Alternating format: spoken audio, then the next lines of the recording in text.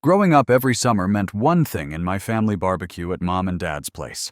My brother Marcus, my sister Megan, and me, Adam, we were inseparable. Megan always had my back, no matter what. When she married Denise 6 months ago, I was genuinely happy for her.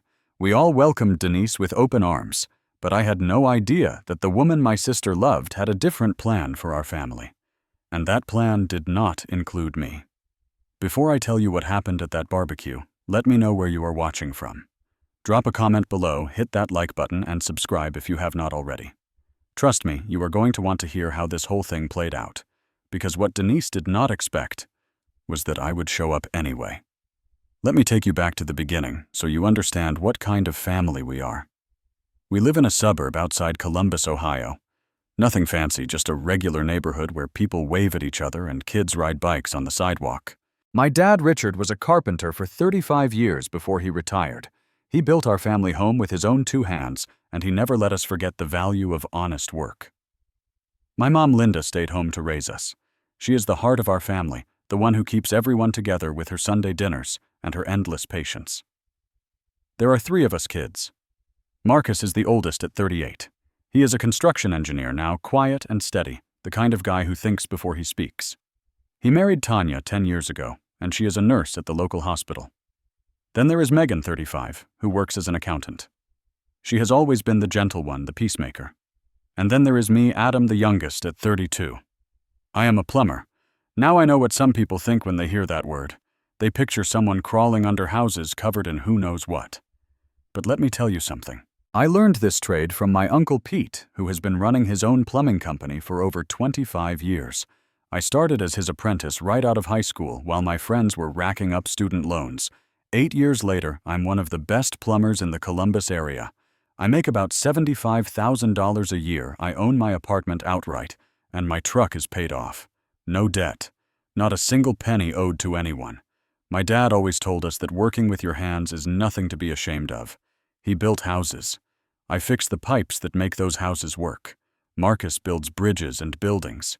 We are a family of builders and fixers. That is who we are. When Megan started dating Denise about 2 years ago, I was curious to meet her. Megan seemed so happy, lighter somehow, always smiling when she talked about this new woman in her life. Denise was a lawyer at a big firm downtown, came from a wealthy family in Upper Arlington, which is the fancy part of Columbus where houses cost $500,000 and everyone drives luxury cars. The first time I met Denise was at a family dinner at my parents' house. She walked in wearing clothes that probably cost more than my monthly grocery bill, her dark hair perfectly styled, her handshake firm, but somehow distant. When she asked what I did for a living, and I told her I was a plumber, she paused, just for a second. Then she said, "Oh, that is practical." The way she said it, like she was commenting on a stain she had just noticed on the carpet, should have been my first warning. But I brushed it off. Maybe she was just nervous meeting everyone. Maybe I was reading too much into it. At their wedding. 6 months later, I wore my best suit. I gave a toast about how Megan deserved all the happiness in the world, and how I was glad she found someone to share her life with. Denise smiled at everyone during the reception, charming and gracious. But when her eyes met mine, there was nothing there. No warmth. Just a polite nod, like I was the catering staff. After the wedding, things started to change. Megan used to call me every week sometimes just to chat about nothing. But those calls became less frequent.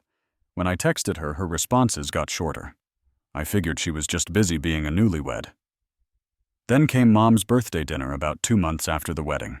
Denise chose the restaurant, some upscale place downtown, where the menu did not even have prices on it. I came straight from a job site, but I changed into clean clothes in my truck. I washed my hands 3 times. But there was still a faint smudge of grease under my fingernails that I could not get out. When I sat down at the table, Denise looked at my hands. Her nose wrinkled slightly. Then she leaned over to Megan and whispered something. She probably thought she was being quiet, but I heard every word. "Could he not at least clean up properly? This is a nice place." Megan said nothing. She just stared at her menu. I felt like someone had slapped me across the face. I looked at Marcus across the table. His jaw was tight. He had heard it too. I did not say anything. It was Mom's birthday. I was not going to ruin it. But something shifted inside me that night. A small crack formed in the foundation of what I thought I knew about my sister and her new wife. Driving home, I kept replaying that moment. Was I being too sensitive? Maybe Denise was just particular about appearances. Maybe I should have tried harder to get that grease off my hands. But another voice in my head said no. No, that was not about grease. That was about something else entirely. I did not know it then, but that dinner was just the beginning. About a month after Mom's birthday, Marcus called me on a Tuesday evening. His voice sounded strange, careful. "Hey, did you see the messages in the family group chat?" he asked. I opened my phone and scrolled through my messages. "What group chat? I do not see anything new." There was a long pause. "Adam, check if you are still in the group." I checked. The group called Family Updates that we had used for years to coordinate holidays and share photos was gone from my list. I searched for it. Nothing. "I have been removed," I said slowly, the realization sinking in. "Denise made a new group," Marcus said. "Tanya just told me. Apparently she said it was easier to organize things with a fresh start. But Adam, you are not in it." I called Megan that night. Her voice was higher than usual, that tone she gets when she is uncomfortable. "Oh, that. Yeah, Denise reorganized everything. I meant to add you back. I will do it tonight, okay?" She never did. A few weeks later, I was scrolling through Instagram when I saw photos from what looked like a party at Megan and Denise's new house. There were decorations, catering trays, people I did not recognize raising glasses in their modern living room. The caption said, "Housewarming love thanks to everyone who came to celebrate our new home with us." Everyone, except me. I called Megan the next morning. "I thought I told you about it," she said, and I could hear the lie in her voice. "It was really small, just a few people." "There were at least 30 people in those photos, Meg." "Well, it was mostly Denise's work friends. You would not have known anyone. I did not think you would want to come." I wanted to scream. I wanted to ask her when she started making decisions about what I wanted without asking me, but I just said okay and hung up. The holidays came, and I thought things might get better. Christmas at Mom and Dad's was tradition's sacred ground. Denise could not change that. I spent weeks making a gift for Megan and Denise. Dad taught me some basic woodworking when I was a teenager, and I had gotten pretty good at it over the years. I built them a small decorative shelf, hand-carved with a delicate vine pattern along the edges. It took me over 40 hours. I sanded it until it was smooth as glass and finished it with a warm honey stain. When I presented it to them on Christmas morning, Denise held it up with 2 fingers like it might give her splinters. "Oh, how rustic," she said. "I'm sure we will find somewhere for it. Maybe the garage, My 40 hours of work, my gift from the heart, relegated to the garage next to the lawnmower and the recycling bins." Megan said nothing. She did not defend me. She did not even look at me. Later, I went to the kitchen to get some water. Mom was in the living room with everyone else, so I thought I was alone. But I heard Denise's voice coming from the hallway. She was on a video call with someone, her phone propped up on the counter. "Megan's family is, let me say, a work in progress," Denise said, her voice dripping with condescension. "The younger brother is a plumber. Can you imagine at holiday dinners he comes in smelling like pipes and grease? It is honestly embarrassing." I stood frozen in the doorway. She had not seen me yet. My heart hammered in my chest. I'm trying to help Megan understand that she can do better. Elevate her standards. But it is like pulling teeth with this family. I backed away silently, my hands shaking. In the hallway, I nearly ran into Tanya. "Adam, what is wrong? You look like you have seen a ghost." I could not speak. She took one look at my face and walked into the kitchen. A moment later, she came back, her expression thunderous. "I heard her," Tanya whispered. "That witch. I heard what she said." She grabbed my arm. "This is not okay, Adam. None of this is okay." I nodded, but I did not know what to do. I did not want to ruin Christmas for Mom and Dad. So I went back to the living room, plastered on a smile, and pretended everything was fine. But it was not fine. Every time I looked at Megan, I saw a stranger. The sister who used to fight my battles, who held my hand at our grandmother's funeral, who stayed on the phone with me for 3 hours when my first girlfriend broke my heart that sister was disappearing, and in her place was someone I did not recognize. A few weeks later, I drove to Megan's house when I knew Denise would be at work. I needed to understand. I needed to hear it from my sister. Megan let me in reluctantly, glancing at the driveway like she was afraid Denise might appear. "Meg, I have to ask you something, and I need you to be honest with me. Why does your wife hate me?" She sighed, that dismissive sound that was becoming too familiar. "She does not hate you, Adam. She just thinks you could do more with your life. She wants our family to be better." "Better than what?" I asked, my voice cracking despite my best efforts. "Better than me." Megan did not answer. She just looked at the floor. I left without another word, and I cried the whole drive home, not because of Denise, because I had lost my sister. She was right there, alive and breathing, but she was gone. Denise had taken her piece by piece, and I had not even noticed until it was too late. Then came the text that broke everything wide open. Memorial Day was approaching, our family's most sacred barbecue tradition. Every year we gathered at Mom and Dad's, fired up the grill, and spent the day together. It was non-negotiable. This year Megan had asked if she and Denise could host. Mom and Dad agreed, happy that Megan wanted to take on a bigger role. A week before the barbecue, my phone buzzed with a message from Megan. "Adam, about the BBQ. Denise thinks it might be better if you do not come this year." I stared at the screen, read it again, then again. I called her immediately. "What do you mean I should not come?" "It is a family barbecue." Megan's voice was small. She said you would make the barbecue stink. Those are her words, not mine. She is inviting some of her colleagues, and she wants it to be a certain kind of event. And I do not fit that event. "Adam, please, just this once. Maybe next year." My blood turned to ice, then to fire. I hung up on Megan and called Denise directly. She answered on the third ring, her voice clipped and professional. "Adam, I'm sure Megan explained the situation. She said you think I would make the barbecue stink." I said what I said. "This is an important event for us. I cannot have you showing up in your work clothes smelling like whatever it is you smell like after crawling around in people's basements. It would be embarrassing in front of my colleagues." "I am her brother," I said, fighting to keep my voice steady. "I have been at every family barbecue for 32 years. "Well, things change," Denise said coolly. "Megan agrees with me. We are trying to elevate this family, Adam. You are not exactly helping with that mission." She hung up.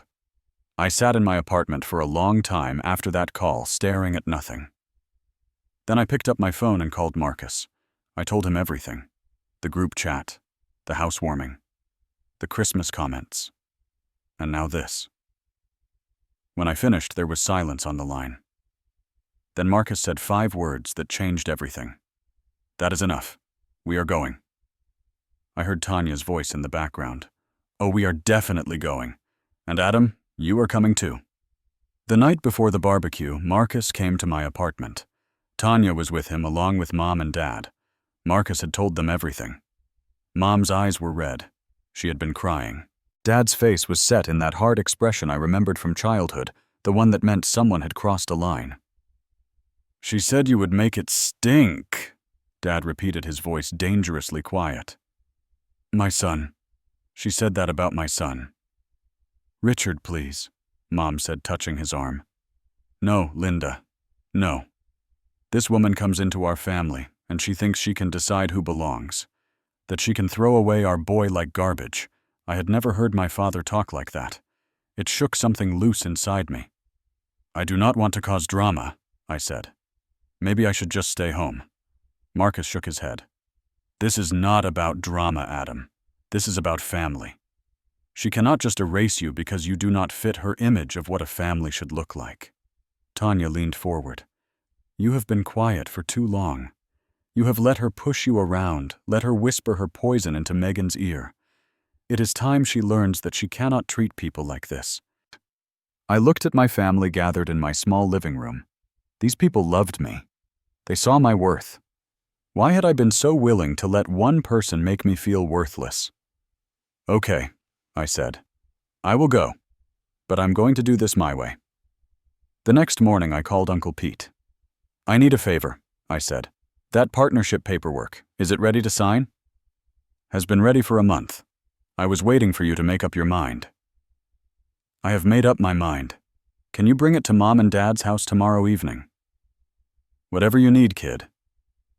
Then I went to my closet and picked out my clothes carefully. Clean khaki pants, a navy blue polo shirt, my good leather shoes. I showered twice, scrubbed my hands until they were pink, trimmed my nails. When I looked in the mirror, I saw a man who had nothing to be ashamed of. I also grabbed a folder and put some documents inside. Tax returns, bank statements. The letter from Uncle Pete outlining the partnership offer, including the projected income and my equity stake. If Denise wanted to talk about value, I would show her what value really meant. The barbecue started at 2 in the afternoon. Denise and Megan's house was in a newer development, all clean lines and big windows. When we pulled up, there were already a dozen cars in the driveway and along the street. Through the windows, I could see people mingling, holding wine glasses, laughing. We walked up together, Marcus and Tanya, Mom and Dad, and me. Dad rang the doorbell. Megan answered, and her face went white when she saw me. Adam, what are you? Let us in, Meg, Dad said. It was not a request. We walked into the backyard where the party was in full swing. Denise was holding court near the grill, surrounded by a group of well-dressed people who were clearly her colleagues. She was laughing at something someone said, looking perfectly at ease. Then she turned and saw me. The color drained from her face. Her wine glass froze halfway to her lips. "What are you doing here?" she screamed, and I mean screamed loud enough that every conversation in the backyard stopped dead. "Megan, I told you he was not supposed to come." 40 pairs of eyes turned to look at us. Megan rushed over, her face flushed with panic. "Denise, please calm down."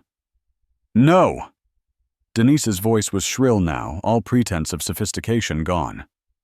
"This is my event. He is going to ruin everything. He probably came straight from unclogging someone's toilet." The silence that followed was deafening. I could see Denise's colleagues exchanging uncomfortable glances. Dad stepped forward, his voice calm but carrying across the yard. "That is my son you are talking about." Denise straightened, trying to regain control. "Richard, with all due respect, I am trying to help this family. Adam does not fit the image we are building here." Mom's voice cut through like a knife. "Image. We are a family, not a brand." I watched Denise's face cycle through several expressions. Anger, embarrassment, defiance. Then she made a decision, doubling down. "Oh, please, you cannot tell me you are proud of him. A plumber. While my colleagues here have actual careers, he brings down the whole family just by existing." That was when I stepped forward. "You know what, Denise? Let me tell you something about my embarrassing career." I reached into my folder and pulled out the first document. "This is the partnership agreement from my uncle's company, the company I have helped build for 8 years. As of tomorrow, I become co-owner of a plumbing business with 15 employees and annual revenue of $2 million. A murmur went through the crowd. I pulled out another paper. "This is my tax return from last year, $75,000. Starting next year as partner, I will make over $150,000. I own my apartment outright. No mortgage. My truck is paid off. I have 0 debt. No student loans." I looked directly at Denise. "But you want to know something? None of that matters. My value is not in my bank account or my job title. It is in being there for my family, in showing up when they need me, in building things and fixing things and not tearing people down to make myself feel superior." Tanya stepped forward, holding up her phone. "And since we are all sharing today, let me show you what Denise has been doing behind everyone's back." She walked over to Megan and handed her the phone. "These are screenshots from the new family group chat, the one Adam was never added to, where Denise has been telling you that Adam is dragging you down, that you need to cut ties with him, that your family needs to be cleaned up." Megan's hands trembled as she scrolled through the messages. Her face went from white to red. "You told me Adam did not want to come to the housewarming," Megan said, slowly looking at Denise. "See? You said he was too busy. You said he did not care. I was protecting you from my own brother." For the first time, I saw fear in Denise's eyes. One of her colleagues, an older man with silver hair, cleared his throat. "Denise, is this how you treat family? I have to say this is disappointing. I thought you had more class than this." A woman next to him nodded. "A man who builds something with his own hands is worth 10 people who just tear others down with words." Denise looked around desperately, but she found no allies. Her carefully constructed image was crumbling in front of everyone she had tried to impress. Dad's voice rang out across the yard. "My son is a plumber. I was a carpenter. We build things. We fix things. And we do not abandon our own, not for anyone." There was a moment of absolute silence. Then Megan walked away from Denise and came to stand in front of me. Her eyes were full of tears. "I'm so sorry, Adam," she whispered. "I should have seen it. I should have stood up for you. I was so blind. She made me think. She made me believe." I pulled her into a hug. "You are my sister. That is all that has ever mattered." She sobbed against my shoulder, and I held her tight the way she used to hold me when we were kids, and I was scared of thunderstorms. When I looked up, Denise was standing alone. Her colleagues were drifting away, making excuses, checking their phones, suddenly remembering other places they needed to be. The barbecue she had planned so carefully was falling apart around her. Marcus put his hand on my shoulder. "Proud of you, little brother." Mom and Dad hugged me next. Then we all walked out together, leaving Denise standing in her empty backyard, her perfect party in ruins. I did not look back. The weeks after that barbecue were not easy. I wish I could tell you that I felt nothing but triumph, but that would be a lie. Late at night, Denise's words would echo in my head. "Make the barbecue stink. Does not fit the image. Embarrassing." Some mornings I woke up wondering if there was any truth to what she said. If maybe I really was not good enough. But slowly, day by day, I started to heal. Work helped. I signed the partnership papers with Uncle Pete, and seeing my name on the company letterhead did something to me. It reminded me that I had built something real, something that mattered. When our team finished a big commercial job downtown, I stood there looking at the building, knowing that the water would flow because of work I had done. There is a quiet pride in that, in knowing your hands made something function. My family helped too. Marcus started a new tradition. Every Sunday, he and Tanya would come over to my place, and we would order pizza and watch football. We did not talk about Denise much. We did not need to. Just being together was enough. Mom called me more often, sometimes just to say she loved me. Dad sent me pictures of a new bookshelf he was building, asking my opinion on the stain color. Small things, but they added up. 3 months after the barbecue, Megan moved out of the house she had shared with Denise. The separation was not pretty. Denise fought it at first, threatened lawyers, made accusations. But in the end, there was nothing left to fight for. The woman Megan had married was not the woman Denise actually was. During those months, Megan and I rebuilt our relationship one conversation at a time. She told me things I had not known: how Denise had slowly isolated her from all her friends, how she had convinced Megan that her family was holding her back, how she had criticized everything Megan did until Megan could not trust her own judgment anymore. "I lost myself," Megan told me one evening, sitting on my couch with a cup of tea. "I was so desperate to make her happy that I forgot who I was. I forgot who mattered." She looked at me with tears in her eyes. "You never changed, Adam. You stayed exactly who you are. I admire that more than you know." The divorce was finalized 8 months later. Megan did not get the house, but she did not want it anyway. Too many bad memories. She moved into an apartment not far from mine, started seeing a therapist, began the long process of finding herself again. And me, I learned some things too. I learned that staying silent in the face of disrespect is not keeping the peace. It is allowing yourself to be erased. I should have spoken up sooner, should have trusted my instincts when they told me something was wrong. My silence did not protect anyone. It just gave Denise more power. I learned that your worth is not determined by your job title or your bank account or how fancy your clothes are. It is determined by how you treat people, by whether you show up when it matters, by the love you give and receive. And I learned that family is not always blood. Denise was legally part of our family for almost 2 years, but she was never really one of us. Meanwhile, Tanya, who married into our family a decade ago, proved herself more loyal than I could have imagined. Family is a choice. It is a verb. It is something you do, not just something you are. Last Memorial Day. We had the barbecue at Mom and Dad's house again. The whole family was there. Marcus and Tanya with their kids. Megan looking healthier and happier than she had in years. Uncle Pete and his wife. Mom and Dad surrounded by the people they loved. I stood at the grill flipping burgers, watching the smoke rise into the blue sky. The sun was warm on my face. The sound of laughter filled the air. Megan came up beside me and bumped her shoulder against mine. "Smells good," she said. I smiled. "Yeah, it does." Sometimes the people who try to make you feel small end up showing you just how tall you really are. Denise wanted to exclude me because she thought I was not good enough. Instead, she showed everyone exactly who she was. And she showed me that I had a family worth fighting for. That barbecue did not stink. It smelled like charcoal and burgers and summer. It smelled like victory. It smelled like family. So let me ask you something. Have you ever had someone try to make you feel like you did not belong?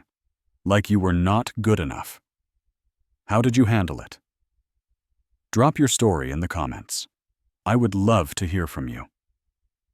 If this story resonated with you, please hit that like button and share it with someone who might need to hear it today. Subscribe to the channel so you do not miss the next story. And remember, your worth is not determined by the people who try to tear you down. It is determined by the people who lift you up and by how you choose to live your life.